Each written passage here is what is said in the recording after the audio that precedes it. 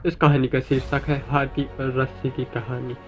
एक बार एक व्यक्ति जो कि सर्कस देखने जाता है, वह जब वहां हाथियों के बाड़े के पास से गुजरता है तो वह एक अजीब सा दृश्य देखता है जिसे वह देखकर हैरान हो जाता है। उसने देखा कि कुछ विशालकाय हाथियों को मार उनके सामने के पैर में छोटी सी रस्सी बांधकर रखा गया है।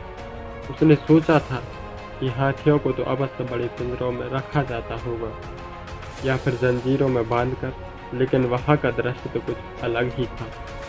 उसने महावत से पूछा, भाई आप लोगों ने इन हाथियों को बस इतनी छोटी रस्सी के सहारे कैसे बांध रखा है, वो भी उनके सामने के पैरों में रस्सी बांधकर। ये तो इस रस्सी को बड़े ही आराम से तोड़ सकते हैं। मैं हैरान हूँ कि इसे तोड़ क्यों नहीं पा रहे हैं। महावत ने उसे जवाब दिया, ये हाथी जब छोटे थे तब से ही हम इन्हें उतनी ही मोटी रस्सी से बांधते आ रहे हैं। उस समय इन्होंने रस्सी तोड़ने की बहुत कोशिश की, लेकिन ये छोटे थे इसलिए रस्सी को तोड़ पाना इनके सामर्थ्य में नहीं था। वे रस्सी तोड़ नहीं पाए और ये मान लिया कि रस्सी इतनी मजबूत है कि वे कभी उस रस्सी को तोड़ ही नहीं सकते। और आज भी इनकी वही सोच बरकरार है।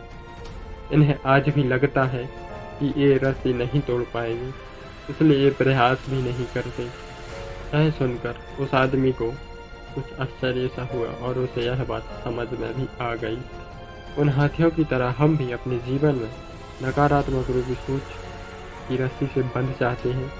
जीवन में किसी काम में प्राप्त हुई असफलता को हम मस्तिष्क में बिठा लेते हैं और यकीन करने लगते हैं कि एक बार किसी काम में असफल होने के बाद उसमें कभी सफलता प्राप्त नहीं होगी। इस नकारात्मक सोच के कारण हम कभी प्रयास भी नहीं करते और अब हमें आवश्यकता है इस नकारात्मक सोच से बाहर निकलने की और उन कमियों को पहचान कर उन्हें दूर करने की। तभी हम अपने लक्ष्य में सफलता प्राप्त कर सकते हैं। धन्यवाद।